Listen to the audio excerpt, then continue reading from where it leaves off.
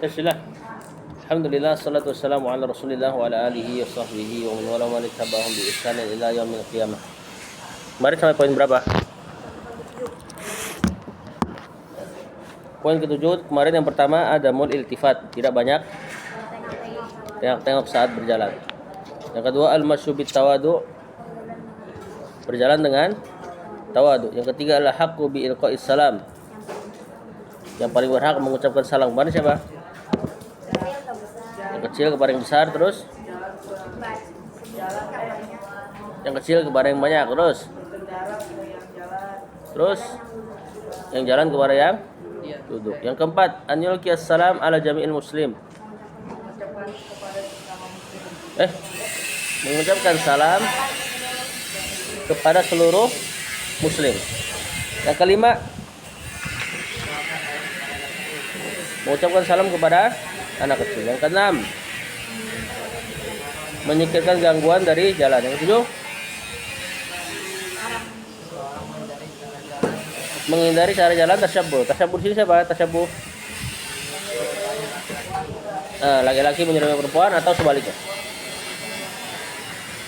Poin ke-8 al-masyu ila shalah bi sakinatin wa waqarin, berjalan menuju salat dengan sakinah wa waqarin, tenang. Sakinah sama waqar sebenarnya maknanya sama. Sakinah tenang secara umum, waqar tenang badannya.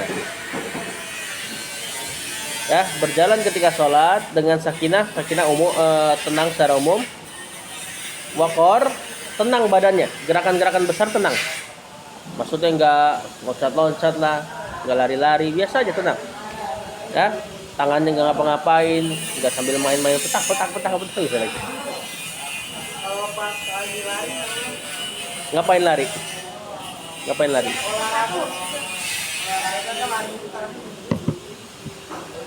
Ya, pokoknya seminimalisir mungkin. Atau diminimalkan sebisa mungkin.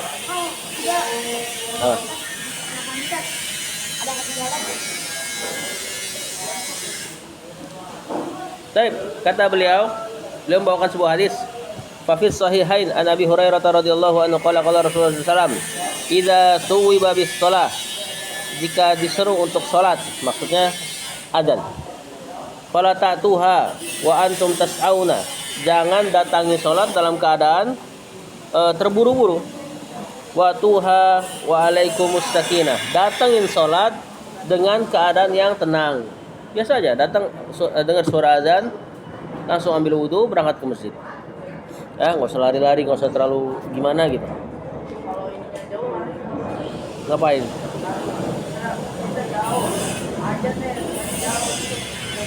Sebelum azan, datang sebelum azan. Kalau telat pun, ya, seandainya telat pun nggak apa-apa masbuk.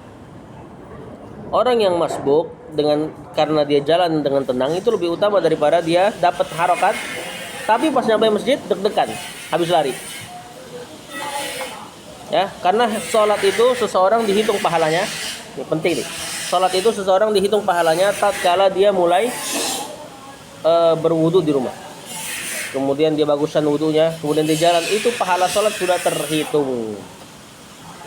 Jadi nggak perlu takut sama masbuk kalau memang qadarullah masbuk.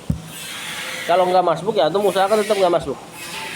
Ya, misalnya terjadi masbuk, maka biasa aja. Ketinggalan harokat nggak apa-apa. Nanti tinggal sempurnakan. Ketinggalan harokat nanti tinggal sempurnakan. Pahala sholatnya sudah dihitung dari awal. Harokat. Rokaat. Jazakallahu khairan. Antum ngomong dong. Kalau anak ada salah. Ya, ketinggalan rokaat tidak apa-apa. Yang penting nanti tinggal disempurnakan. Daripada antum dapat rokaat tapi sholat dalam keadaan deg-degan, tidak khusyuk, pahalanya sedikit. Kata Rasulullah SAW, "Fama adraktum," apa yang kalian dapati dari rakaat, fasallu, maka salatlah. Wa ma fatakum, dan apa yang kalian luput dari rakaat, maksudnya kehilangan rakaat, ketinggalan. Kalau qadarul ketinggalan, fatimmu, maka sempurnakan saja udah. Fa inna ahadakum fi salat, idza makana yamidus shalah. Sesungguhnya kalian sudah dihitung pahala salat persisnya. Ya. Jika kalian sudah berniat untuk salat. Kalau udah di sini tetap dapat pahala. Hah? Kalau udah di sini mesti Ya, lu kurang afdol. Ya, kalau antum di rumah itu lebih bagus lagi. Karena ketika antum wudhu di rumah itu ada fadilah lagi di hadis lain. Ada keutamaan lain. Anak utang ya. Kata Rasulullah SAW, idza tuwiba bis shalah, kalau ditegakkan salat. Fala ta'tuha wa antum tas'aun, enggak usah datangin salat dalam keadaan terburu-buru. Wa tuha wa alaikumus sakinah, datangin salat dalam keadaan tenang. Fama adraktum, apa yang kalian dapat fasallu, maka salatlah. Wa ma fatakum, yang kalian tidak dapat, ketinggalan, fa'atimu, sempurnakan saja.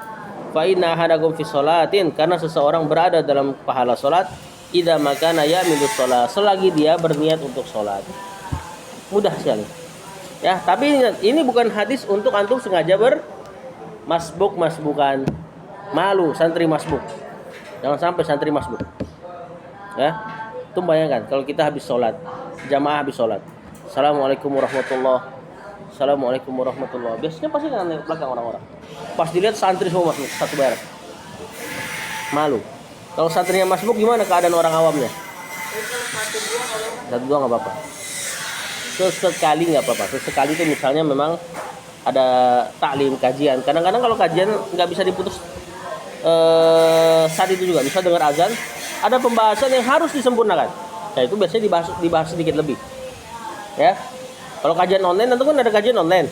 Kalau kajian online mah nggak usah. Kita kan bisa tinggal dilanjut. Dengar azan dan selesai langsung. Yang ke-9,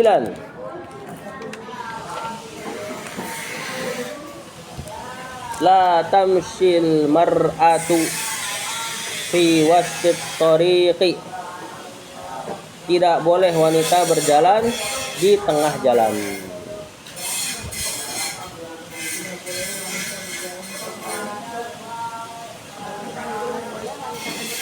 Di tengah jalan. Nah, ini idealnya jalan, kalau kita kan jalan sebelah kiri ya.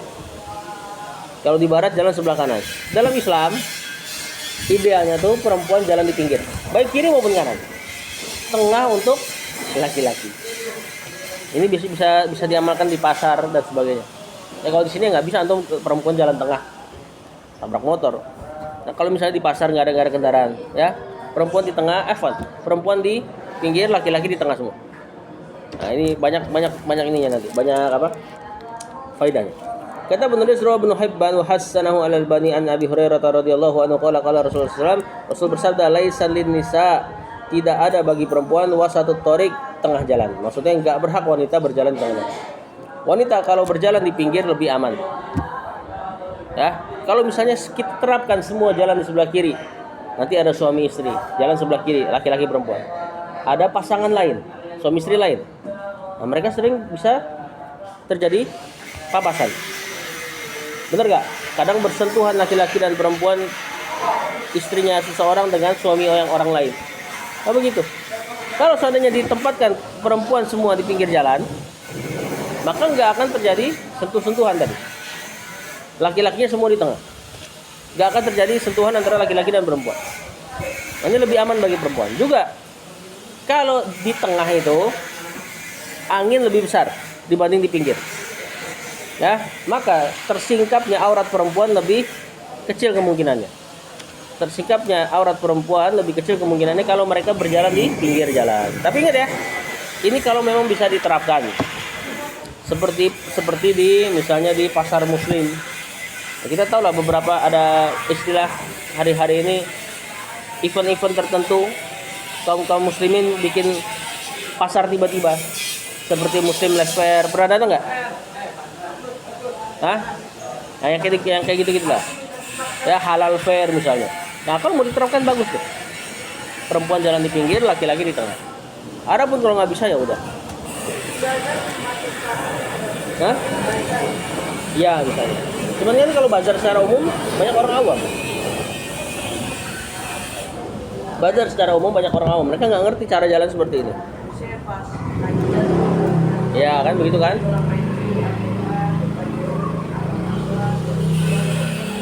Nah, yang seperti itulah intinya. Kalau bisa diterapkan, diterapkan. Juga wanita kalau di tengah kan jadi pusat perhatian. Ya kan, kalau di pinggir enggak.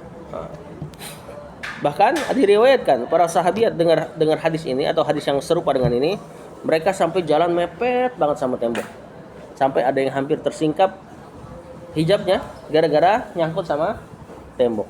Intinya mereka menerapkan langsung apa yang Rasulullah SAW katakan, bahwasanya perempuan tidak berhak di tengah jalan. Nah, yang tengah jalan adalah para laki-laki. Perempuan memang dalam syariat ini ditempatkan di tempat seaman mungkin.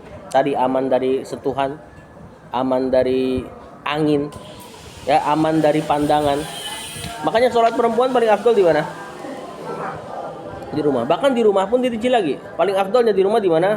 Di tempat yang seperti gudang kalau perlu.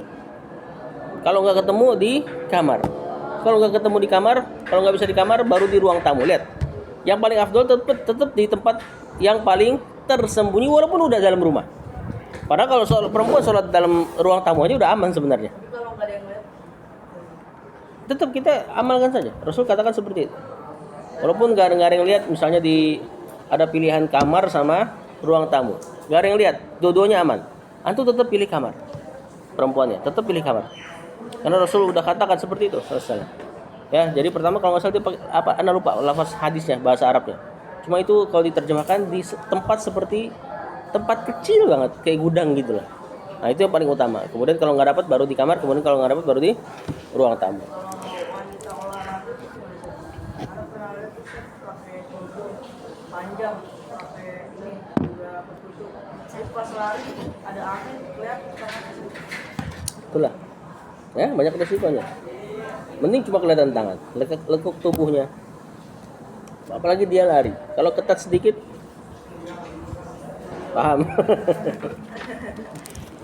Ya, coba seandainya mau jujur-jujuran lah ya. Mereka harus olahraga supaya sehat. Lari misalnya, apa nggak bisa lari di rumah? Dengan rumah yang sempit bisa insya Allah lari.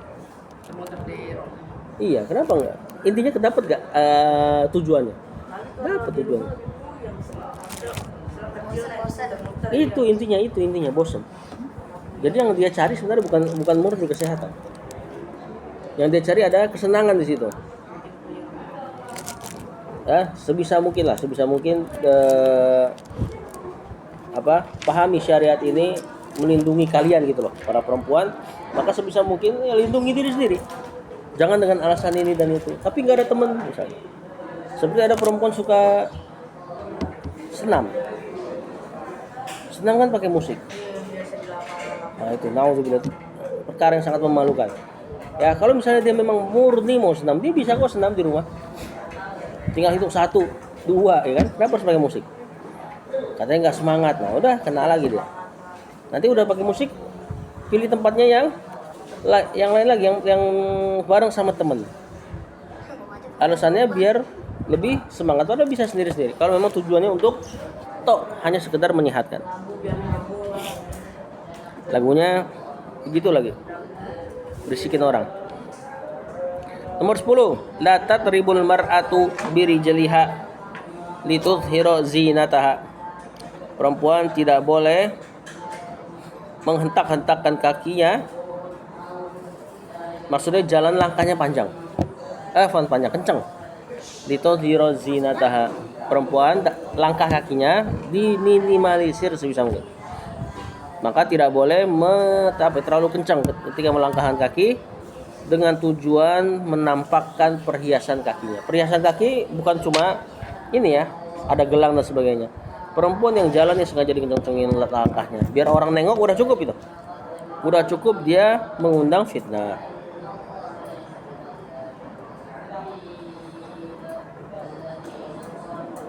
Apa jadi? Antum nulis judulnya gimana tadi? Bingung ya? Hah? Perempuan tidak boleh berjalan dengan suara yang terlalu kencang gitu aja. Untuk menampakkan perhiasannya. Ya, untuk menampakkan perhiasannya. Walaupun dia nggak menampakkan perhiasannya, tetap misalnya kakinya nggak ada perhiasan. Misalnya kakinya dalam tanda kutip tidak mulus misalnya, tetap nggak boleh jalan kencang. Ya, cetak, biar dilihat nggak boleh. Kalau Ta'ala berfirman, beliau bawain ayat bukan hadis kali ini. La yatribna arjulihinna. Janganlah para perempuan itu memukulkan kaki-kakinya. Maksudnya tadi ya menghentak melangkah dengan kencang. Liyu lama mayukhfina min zinatihinna. Supaya kelihatan apa yang mereka sembunyikan dari perhiasan-perhiasan mereka. Terus kata Allah, wa tubu ilallahi jami'an. Tobatlah kalian kepada Allah seluruhnya. Nah, di sini tobatnya Allah pakai lafaz untuk laki-laki. Nah, dan secara umum kalau lafaznya laki-laki masuk juga ke perempuan. Tadi Allah katakan kalian para perempuan, para perempuan tuh jangan menghentakkan kakinya supaya terlihat perhiasannya. Terus kata Allah, taubatlah kalian semua, laki-laki dan perempuan. Tiba-tiba laki-laki diajak taubat. Betul.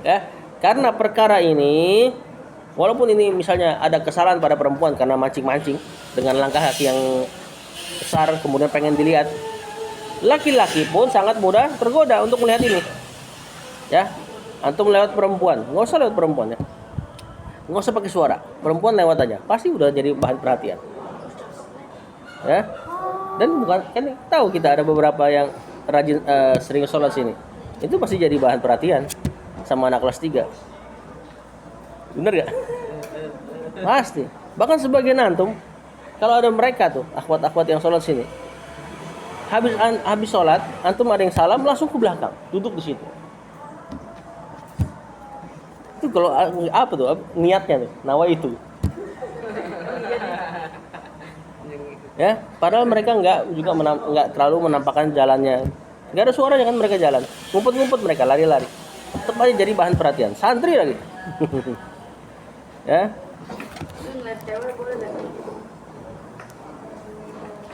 Penglihatan pertama boleh. Itu udah pasti udah. Laki-laki udah pasti kayak gitu. Kalau ada cewek pasti tidak. Cuman udah setelah sadar langsung buang mata. Jangan diterusin.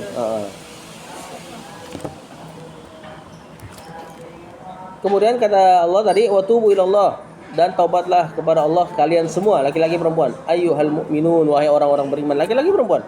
La'allakum tuflihun, supaya kalian tuflihun, aflaha, sukses, berhasil. Nah, ini bisa kita kiaskan ya, semua yang kira-kira menarik perhatian tidak boleh dilakukan perempuan. Tadi langkah kaki yang terlalu kencang, warna yang terlalu mencolok. Jilbab syar'i misalnya cadar tapi warnanya kuning atau enggak hijau stabilo seperti wasit di Liga Italia. Ini kan terang. Ini jangan dipakai seperti ini. Ya, walaupun ada sebagian pendapat mengatakan putih boleh untuk beribadah.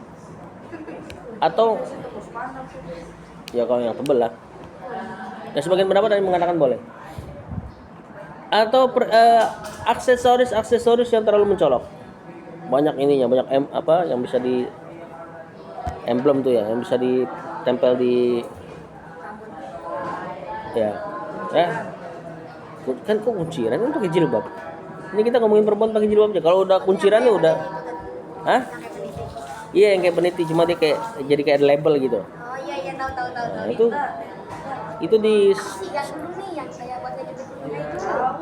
ya makin sedikit makin bagus.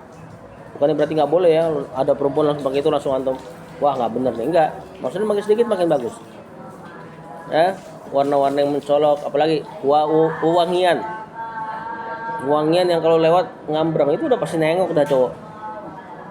Ya, apalagi termasuk suara-suara. Kalau bisa dia diam, mendingan diam perempuan tuh, nggak usah banyak ngomong. Ya, karena pasti bikin kita antum laki-laki semua pasti nengok dengar suara cewek. Ya, kecuali memang ada hajat ya. Kalau memang ada hajat. Makanya perempuan kan juga nggak boleh suaranya diimut-imutin ya. Harusnya diamit-amitin ya. Ya jangan ngomong. Ya, nggak usah banyak ngomong. Makanya para ulama sangat menekankan bagi perempuan yang memang Allah takdirkan cantik, sebisa mungkin pakai cadar. Yang ke-10 tadi udah.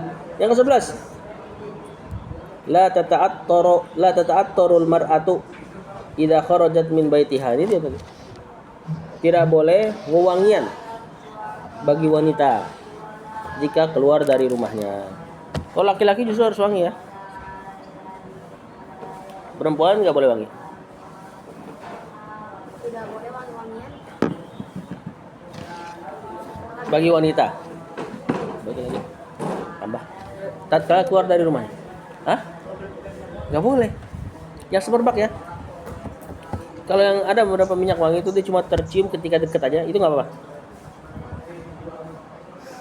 Yang memang semerbak kalau dipakai ya sekitar orang tuh keciuman semua. Itu banyak dipakai sama wanita. Katanya kalau cowok kebalikan pakai malah harus ini banyak. Iya. Minyak wanginya laki-laki itu yang beraroma walaupun nggak berwarna. Adapun punya perempuan yang berwarna. Yang berwarna itu maksudnya mungkin zaman dulu ya make up. Ya, mereka pakai wangian yang bisa memberikan warna merah di pipi misalnya. Nah, mungkin hari ini make up nih. Tapi wanginya jangan semerbak. Kalau di kita sekarang yang wanginya nggak semerbak ya itu paling beberapa jenis minyak wangi yang memang wanginya hanya dicium dari dekat. Seperti Misk Toharo. Ada namanya Misk Toharo. Nah, itu kalau antum pakai laki-laki nggak keciuman. Kecuali deket banget. Pas digini doang. Iya. Iya. Atau sekedar pakai penetral bau. Penetral bau tau kan? Deodoran misalnya. Ada ya boleh. Atau hand and body. Cuma buat ngerawat kulit kan ada sedikit wanginya. Nah, itu tadi tuh. Jadi mereka lebih fokusnya pada warna lah. Warna yang mencolok.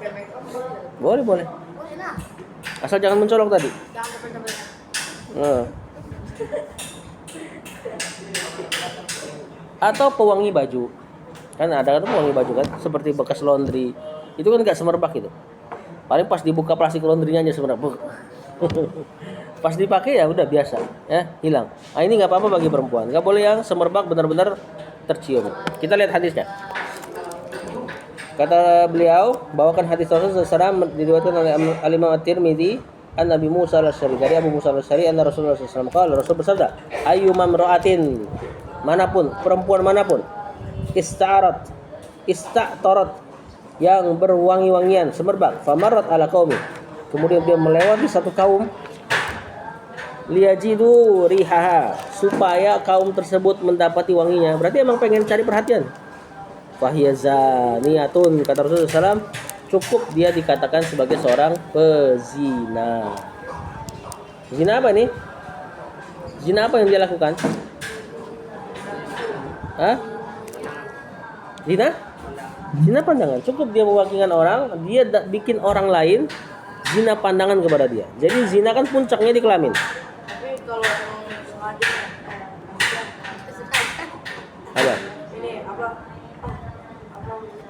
ini kayak baju yang bagus, kumpul bagus, ini cowok cakep nih, bagus. Ya tapi bagusnya ya itu harus lihat dulu. Emang benar-benar pada tahap nggak boleh gak kayak tadi di warnanya diinin kemudian dibikin banyak motifnya rombe-rombe. Nah, tujuannya untuk bikin orang lihat dia maka kata Rasulullah SAW fayazaniyah. Makanya kayak gini berzina. Wa kullu ainin zaniyatun kata Rasulullah SAW setiap mata itu bisa berzina. Jadi di sini zina mata maksudnya. Ya. Nah, sekarang gini, perempuan boleh gak pakai minyak wangi yang semerbak?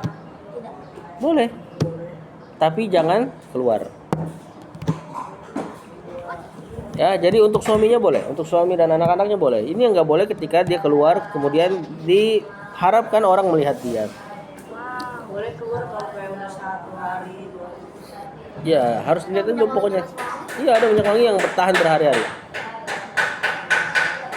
Misalnya, perempuan, dia keluar mau ke rumah mertuanya, mertua mahram. Di rumah mertua sudah nggak ada siapa-siapa kecuali mertua aja. Berarti nggak ada saudara ipar kan nggak mahram, nggak boleh mancing-mancing, ya kan? Dia naik mobil dari perjalanan sampai ke rumah mertua aman daripada dicium orang. Boleh gak dia pakai minyak wangi yang semerbak? Boleh. Dia cuma keluar rumah langsung naik mobil, kan nggak cuma orang tuh, kecuali suaminya, ya kan? Tapi naik mobil jangan naik Grab, kalau naik Grab berarti orang lain nanti. Ya mobil dia, sampai ke rumah mertuanya dia turun aman. Nah, itu semerbaknya nggak apa-apa. Nah ingat perhatian, ini tujuannya supaya tidak goda orang. Kalau nggak goda orang maka nggak apa-apa.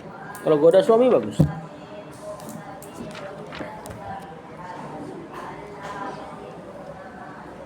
Nah jadi di sini dosa zinanya pun tingkat-tingkat ya. Di sini dikatakan fayazaniatun, yakni dia berzina dengan matanya. Tentu dosanya nggak sama kayak zina yang beneran zina. Yang pasangan non halal melakukan hubungan intim. Nah, ini kan zina yang puncaknya. Tentu nggak sama ini dengan dosa dari zina mata ini. Beda.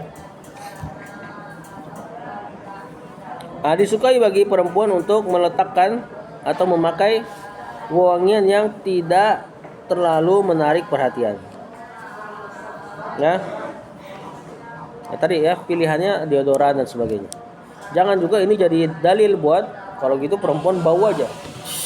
Nah, enggak seperti itu.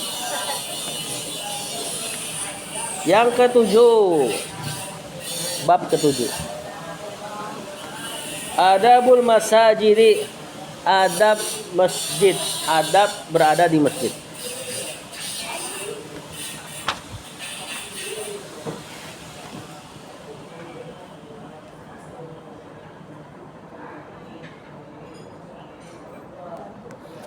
Adab berada di masjid. Atau adab berkaitan di masjid kali ya.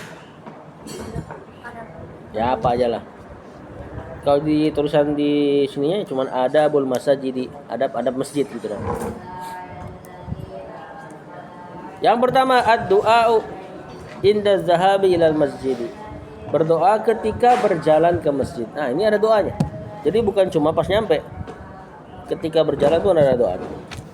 Rawa Muslim an Abdullah bin Abbas radhiyallahu anhu annahu raqada. Bahwasanya Ibnu Abbas tidur inda Rasulullah SAW, di samping Rasulullah SAW. Pernah nginap ya. Fastaiqadha. Beliau pun bangun Rasulullah SAW. Fatasawwaka. Rasulullah SAW langsung bersiwak ketika bangun. Wa tawaddoa. Wudu. Wa huwa yaqul. Dia sambil membacakan ayat Inna fi khalqis samawati wal ardi wa ikhtilafil laili wan nahari la ayatin liulil albab. Ayat apa ini? Doa bangun tidur suruh baca 10 ayat kan? Ada doa, di antara doa bangun tidur baca 10 ayat. Ini 10 ayat Al-Qur'an, ada 10 ayat dalam Al-Qur'an yang disunahkan untuk dibaca ketika bangun tidur. Bukan.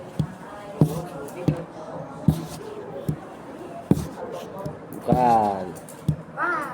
Yang 200 ayat satu surat Ali Imran. 10 surat Ali Imran yang terakhir. 190 sampai 200. 10 ayat aman. 10 ayat dari surat Ali Imran. 10 ayat terakhir. 190 sampai 200. Ayatnya inna fi khalqis samawati wal ard wa ikhtilafil laili wan nahar la ayatil liulil albab. Itu ayat 190-nya sampai 200. Hah? Terserah antum mau tulis apa. Bahkan beberapa orang tuh bukan cuma ditulis, itu ayat di print di dekat kasurnya. Iya. Antum baca aja sebulan segitu, hafal insyaallah. Ya, kata Allah sesungguhnya dalam penciptaan langit dan bumi, perubahan siang dan malam, ada tanda-tanda kekuasaan Allah bagi orang yang berakal. Itu bunyi ayat pertamanya. Faqara'a ulail ayati hatta khatama surah. Beliau Rasulullah SAW membaca nih ayat sampai habis suratnya. Maksudnya tadi sampai ayat 200. Summa qama, kemudian beliau bangun. Nah, ini diceritakan sama Ibnu Abbas nih gimana sunnahnya bangun tidur.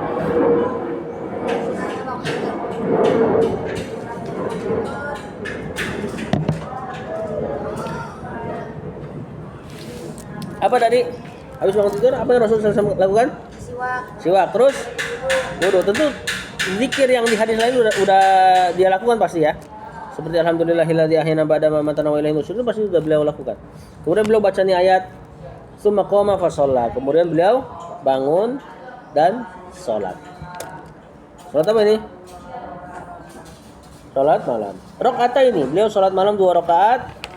Fa atala fihi mal qiyam, beliau panjangin berdirinya, war ruku, panjangin rukunya, was sujud, panjangin sujudnya, tsumman sarafa, kemudian beliau berpaling, fanama hatta nafakha, kemudian beliau tidur lagi. Itu buat apa sebenarnya? Ya paling ada orang Indonesia. Itu di hadis lain, nggak tahu kalau di kisahnya Ibnu Abbas di sini nggak diceritakan. Ya. Kemudian beliau tidur lagi. Ini kebiasaan salat malam Rasulullah SAW. Beliau bangun sekitar mungkin kalau kita jam 1 jam 2. Salat kemudian tidur lagi. Hatta nafakha, sampai berdengkur. Dengkur apa berdengkur? Ngorok. Suma fa'ala dzalika salasa marrat. Kemudian beliau melakukan itu 3 kali. Maksudnya bukan ngorok 3 kali. Bangun, wudu, sholat, kemudian tidur lagi dan seterusnya. Sita rokaatin sampai jadi 6 rokaat. Kullu dzalika yastaku wa yatawaddo. Setiap 2 rokaat itu beliau bersiwak dan berwudu. Wa yaqra'u haulail ayat. Beliau baca ayat-ayat itu. Jadi tadi setiap dia bangun, dia baca 10 ayat Ali Imran tadi. Ayat yang sama. Summa autara bisalasin, kemudian terakhir beliau menutup dengan 3 rakaat. Apa salat apa ini? Witir. Fa'adzanal muadzin pun akhirnya azan, fa kharaja ila shalah, kemudian beliau berangkat salat, wa huwa yaqul, dalam keadaan beliau berkata, Allahumma ja'al fi qalbi nura. Ini doanya. Doa jalan ke masjid. Allahumma ja'al fi qalbi nura, ya Allah jadikan dalam hatiku cahaya. Apa cahaya yang dimaksud? Dan cahaya ilmu yang dengannya bisa terbedakan perkara-perkara baik dengan yang buruk. Wa fi lisani nura, dan jadikan pada lisanku cahaya. Maksudnya lisannya berada di atas ilmu, mengucapkan hal-hal yang baik aja. Waj'al fi sam'i nura, jadikan telingaku bercahaya. Maksudnya hanya mendengar yang baik-baik saja. Waj'al fi basari nura, dan jadikan pandanganku bercahaya. Maksudnya hanya melihat yang baik-baik saja. Hati, lisan, kuping, mata. Semuanya pakai Allahumma ja'al fi qalbi nura. Terus waj'al fi lisani nura. Terus kuping. Waj'al fi sam'i, pendengaranku, nura. Waj'al fi basari nura. Waj'al min khalfi nura, dan jadikan khalf apa khalfah? Belakang. Jadikan di belakangku ada cahaya. Tadi udah basari, penglihatan. Apa maksudnya cahaya? Jadikan di belakangku cahaya. Coba.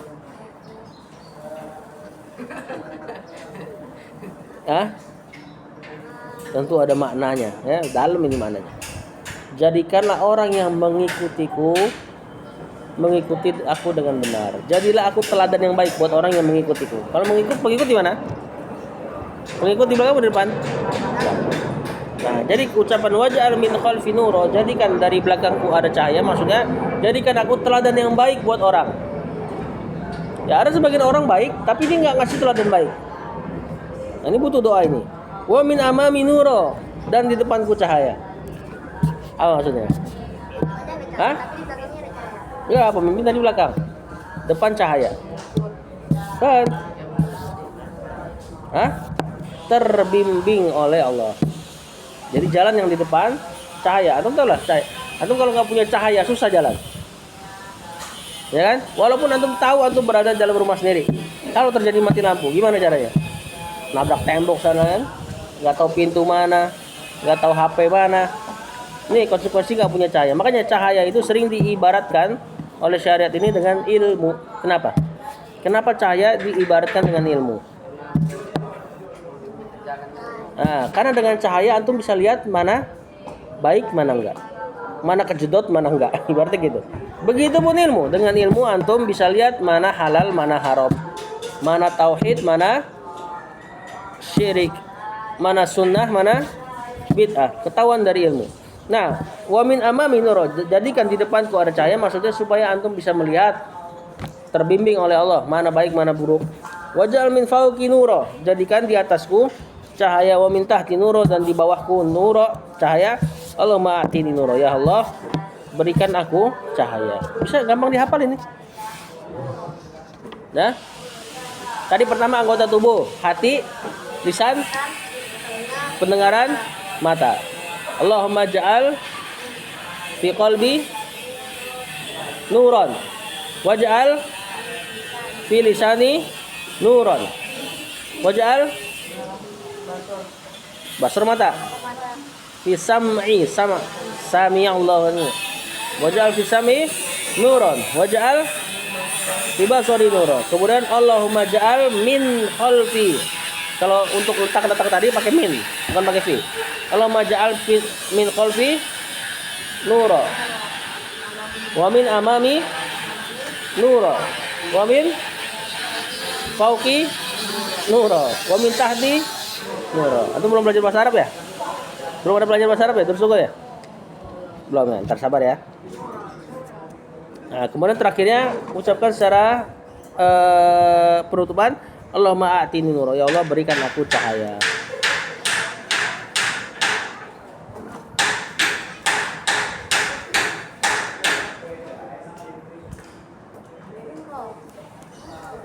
Nah, di sini banyak pelajaran ya. Ini hadis kita dapat dari siapa tadi? Siapa?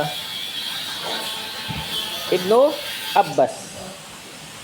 Ponakan Nabi SAW. Beliau dapat hadis ini ketika nginep di rumah Rasul SAW. Disampaikan ke kita. Nah, ini penting antum kalau punya saudara yang memang saleh, memang seorang ulama, sesekali nginep di rumahnya, lihat perilakunya. Ini penting untuk antum petik faedah dari orang-orang seperti ini. Yang kedua,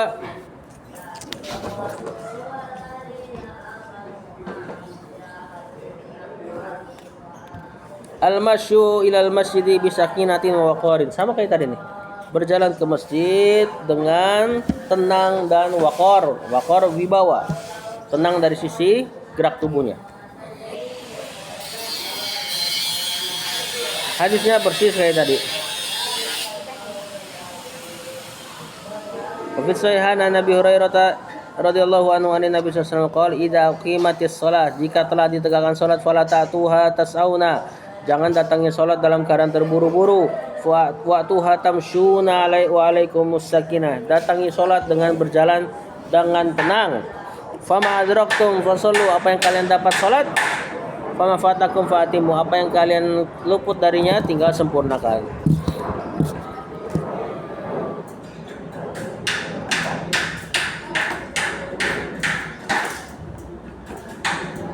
Nah, tapi di sini ada tambahan kata penulis, larangan ini, larangan untuk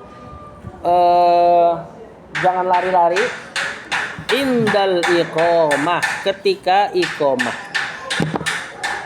Ketika iqamah, maksudnya ketika dekat-dekat sholat. Amma qoblaha, sebelum iqamah, fala tanha, fala nuhiya, maka enggak terlalu dilarang banget. Maksudnya dari azan nih, ya. Di sini berarti kita dapat faedah nih. Yang terlarang antum gerbak-gebuk, gerbak-gebuk ya. Maksudnya yang pecicilan ketika mau iqamah. Kenapa? Karena ketika mau iqamah waktunya dekat dengan sholat. Sebisa mungkin jangan keringetan, jangan kecapean, jangan deg-degan. Nanti sholatnya nggak enak.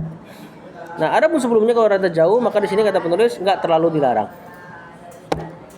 Rawal Bukhari an Nabi Hurairah, kata menurut Imam Al-Bukhari dari Abu Hurairah radhiyallahu anhu an Nabi SAW, dari Nabi SAW qala, Nabi berkata, sami'tumul iqamata, idza sami'tumul iqamata, kalau kalian mendengar iqamah, famshu ila shalah wa alaikum bisakinah, ya, datangin sholat dalam keadaan tenang. Di sini hadisnya dijelaskan saat iqamah. Wal waqar, dan tenang. Waqar tadi ya, tenang dari sisi fisik. Wala tusri'u, jangan buru-buru. Fama adraktum fasallu wa ma fatakum fatimu. Apa yang kalian dapat sholat, yang kalian kehilangan ya udah sempurnakan. Nah, di hadis ini saat iqamah. Ya, tapi bukan berarti ketika antum tahu oh ini kan tentang iqamah, berarti sebelum iqamah azan dah lari-lari aja, lari kanan kiri. Gak usah juga kayak gitu.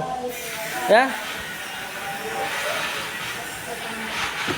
Ini perkara seperti ini dalam rangka mengagungkan kedudukan sholat.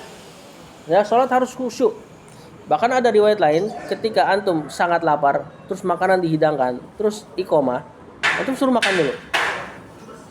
Kalau sangat lapar ya, kemudian makanan dihidangkan. Sebenarnya ada hadis katanya Allah lagi makan Nabi lanjut makan. Iya, itu dalam keadaan sangat lapar. Yang dia kalau berangkat sholat kepikiran makanan. Nah, kalau kayak gini makan dulu. Misalnya antum lah nih, makan siang kan mungkin beberapa kali telat. Pas makanan dihidangkan asar. Ya makan dulu sesuap. Jangan sampai antum kepikiran. Ini untuk dalam rangka mementingkan kedudukan sholat. Kalau Rasulullah SAW tunda sholat, siapa kauka tadi? Ya, jangan antum pikir dia kayak kita nunda sholat terus ada imam yang negakin sholat, enggak kan? Kalau Rasul tunda sholat, siapa yang nanti jadi imam? Rasul tetap. Jadi ketika Rasul memilih nunda sholat paling berapa menit, setengah jam dan sebagainya. Itu semua sahabat nunda sholat. Paham nggak? Ya terserah dia juga. Yang penting dia nggak taruh di misalnya sholat asar di jam 5:30 misalnya kan. Kalau di kita nih, enggak kayak gitu enggak. Paling cuma misalnya sholat asar 3:30, beliau tunda jadi jam 4. Itu doang. Untuk makan doang, untuk ngisi perut supaya ada fokus lah. Nah, ini dalam rangka mengagungkan kedudukan sholat. Jangan sampai seseorang sholat dalam keadaan tidak khusyuk. Itu loh yang diinginkan. Ya, kalau kita sekarang kan ada imam yang menegakkannya. Ya, jangan terlalu bergampangan. Rasul boleh nunda sholat. Nanti gue mau nunda sholat nanti sebelum azan 5 menit kita bikin mie misalnya. Sengaja tuh diatur-atur. Jangan. Yang ketiga. Nah, penting nih. Ada mutasbikil asabi'i. Tidak boleh mengkretek-kretekkan tangan. Apa bahasa Indonesia mengkretek-kretekkan? Tasbik tuh gini nih. Menghilang-hilangkan tangan. Wallahu a'lam. Rawat dari meriwayatkan oleh Imam Ad-Dari bi sanadin hasan an Abi Hurairah dari Abu Hurairah qala Rasulullah sallallahu alaihi wasallam man tawaddoa siapa yang berwudu. Nah ini hadisnya nih. Siapa yang berwudu summa kharaja kemudian keluar, berarti wudunya di mana? Di dalam mana? Dalam rumah. Yuridu salat, dia ingin salat fa huwa fi salatin, kata Rasulullah SAW, maka dia sudah dalam keadaan salat. Orang yang wudu dari rumah OTW ke salat, maka pahala salatnya dihitung sejak dia berwudu dari rumah. Keuntungan besar ini. Apa? Nggak jadi. Nah, makanya tadi ya, nggak usah buru-buru berangkat salat. Pahalanya sudah dihitung dari awal. Hatta yarji'a ila baiti, sampai kembali ke rumah, bahkan tuh sampai kembali ke rumah. Berarti ketika salam pahalanya belum putus. Sampai antum sampai ke rumah baru diputus pahala salat. Besar pahalanya. Ya.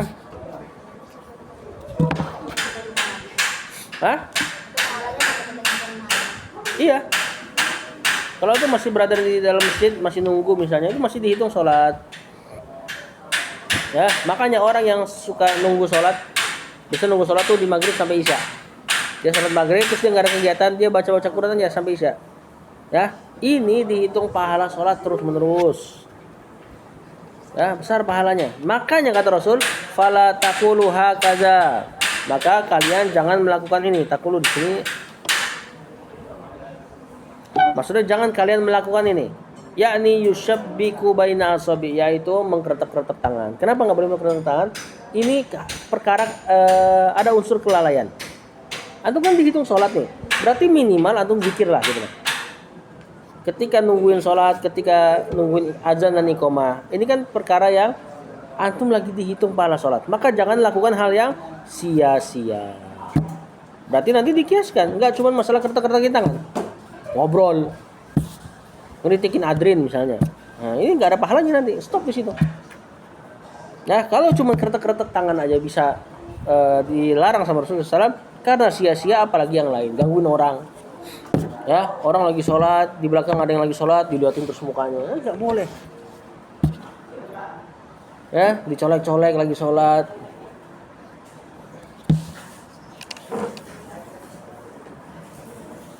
Nah, ingat ya, di sini diutamakan antum wudu ketika di rumah.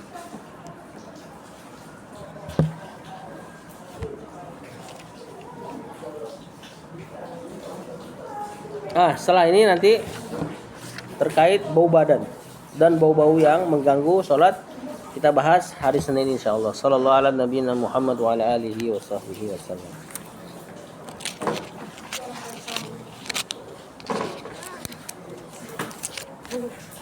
Ambil ini ya.